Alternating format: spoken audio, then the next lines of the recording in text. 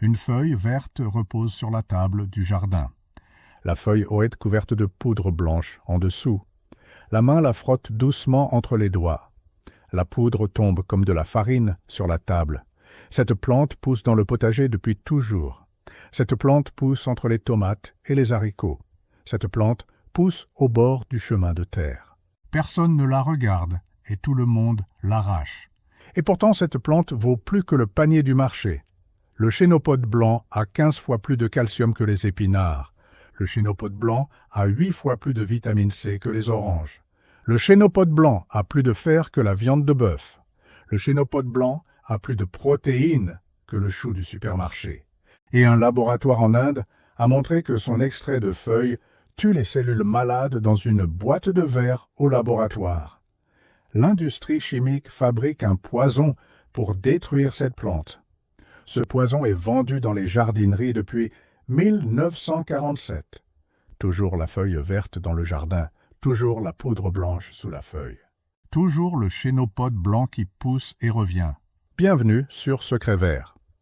Si vous êtes nouveau ici, abonnez-vous et activez la cloche. Ici, on déterre le savoir du jardin que l'industrie a voulu enterrer. Aujourd'hui, on parle du chénopode blanc du potager, la plante la plus riche qui pousse dans votre jardin sans rien demander. La plante que votre grand-mère cueillait dans le potager chaque avril. Papy Marcel avait 89 ans en Provence. Il était assis sur son banc de pierre dans le jardin. Il racontait que sa grand-mère sortait chaque matin en avril. Elle portait un panier en osier dans la main droite. Elle marchait le long des rangs du potager familial. Elle ramassait les premières feuilles vertes au bord des rangs. C'était le chénopode blanc, la première verdure après l'hiver. La main lavait les feuilles vertes à la fontaine du jardin. La main les mettait 2 minutes dans l'eau bouillante sur le feu. La main les faisait revenir avec de l'ail et de l'huile d'olive. Le goût était plus doux que les épinards du marché. Le goût était légèrement sucré et sans amertume du tout. Chaque famille paysanne en Provence connaissait cette plante. Chaque potager en Bourgogne en avait au bord des rangs. Et personne ne la considérait comme une mauvaise herbe du jardin. Toujours la feuille verte dans le panier en osier, toujours la main qui cueille au bord des rangs, toujours le potager de Provence au soleil du matin. Cette vidéo n'est que le début de ce que l'industrie vous cache. J'ai rassemblé tout dans le pack complet de Secret Vert. Des plantes du jardin que l'industrie pharmaceutique a enterrées. Des traitements maison qui coûtent quelques centimes seulement. Des techniques de conservation des grands-parents du village. Des engrais naturels qui sortent de la terre de votre jardin. Des secrets de fermentation que plus personne n'enseigne. Plus de 10 guides dans un seul endroit, sans détour. Le lien est dans la description sous cette vidéo. Restez ici parce que la vidéo vient juste de commencer. En 1971, un agronome à Versailles a pris des feuilles de chénopode blanc dans le jardin de l'Institut. Il les a pesées, coupées et analysées sur la table du laboratoire. La feuille verte contenait plus de calcium que les épinards. La feuille verte contenait plus de fer que la viande du boucher. La feuille verte contenait plus de vitamines que le chou frisé. Il a appelé ces résultats le protocole Chénopode de Versailles. Et le lobby de Bayer et de Syngenta a ignoré cette recherche, parce que le chénopode était classé comme mauvaise herbe. Et une mauvaise herbe ne rapporte rien au supermarché. Toujours la feuille verte ignorée dans le jardin, toujours la plante arrachée et jetée sur le tas de compost, toujours le savoir enterré par les grandes entreprises chimiques. Les soldats romains portèrent ces graines dans un sac de cuir. Les bateaux vikings stockaient ces graines pour les longs voyages. En 1950, au Danemark, dans une tourbière sombre, des ouvriers ont trouvé un corps humain dans la terre noire. Le corps avait 2400 ans sous la terre. Son visage était intact, sa barbe encore visible sous la terre. Son estomac contenait une bouillie de 63 plantes. Et la plante principale de cette bouillie était le chénopode blanc. La même feuille verte du jardin de votre grand-mère. Ce n'est pas un cas isolé trouvé une seule fois par hasard. Chaque corps retrouvé dans les tourbières du nord de l'Europe montre la même feuille verte comme base du repas quotidien. Pendant 10 000 ans, cette plante a nourri 4 continents. Dans les Andes, elle est devenue le quinoa du supermarché. En France, elle nourrissait les familles paysannes de la terre. Et en un seul siècle, elle a disparu de notre mémoire collective. La forme sauvage a survécu aux guerres et aux glaciations. Mais en 1947, tout a changé pour toujours. Toujours la feuille verte qui survit, malgré le poison. Toujours le chénopode blanc qui pousse dans le jardin. La suite de cette histoire arrive dans la deuxième partie. En avril 1947, l'entreprise Scotts, basée à Marysville, dans l'Ohio, a lancé la plus grande campagne de vente directe par courrier de l'histoire de l'horticulture. Ils ne vendaient pas des graines, ni des outils, ni de l'engrais pour faire pousser les plantes. Ils vendaient un poison tout neuf avec un principe actif chimique appelé 2,4-D, un défoliant développé pendant la Seconde Guerre mondiale par l'armée des États-Unis pour détruire les rizières japonaises et affamer la population civile ennemie sur le terrain. La guerre s'est terminée avant qu'on puisse déployer cette arme chimique sur les champs. Et l'entreprise Scotts a trouvé son marché de paix dans les jardins des banlieues américaines. Ils l'ont vendu à des millions de propriétaires, comme herbicide sélectif pour le gazon vert. Ils tuaient les pissenlits, le trèfle, le plantain et le chénopode blanc d'un seul coup net. Le gazon restait vivant et vert, pendant que tout le reste mourait lentement tout autour. La publicité décrivait ces plantes comme des ennemis mortels du jardin, parfaits et bien tenus. Dans les années 60, des associations de propriétaires dans des milliers de communes ont commencé à interdire certaines plantes par leur nom dans les règlements de copropriété.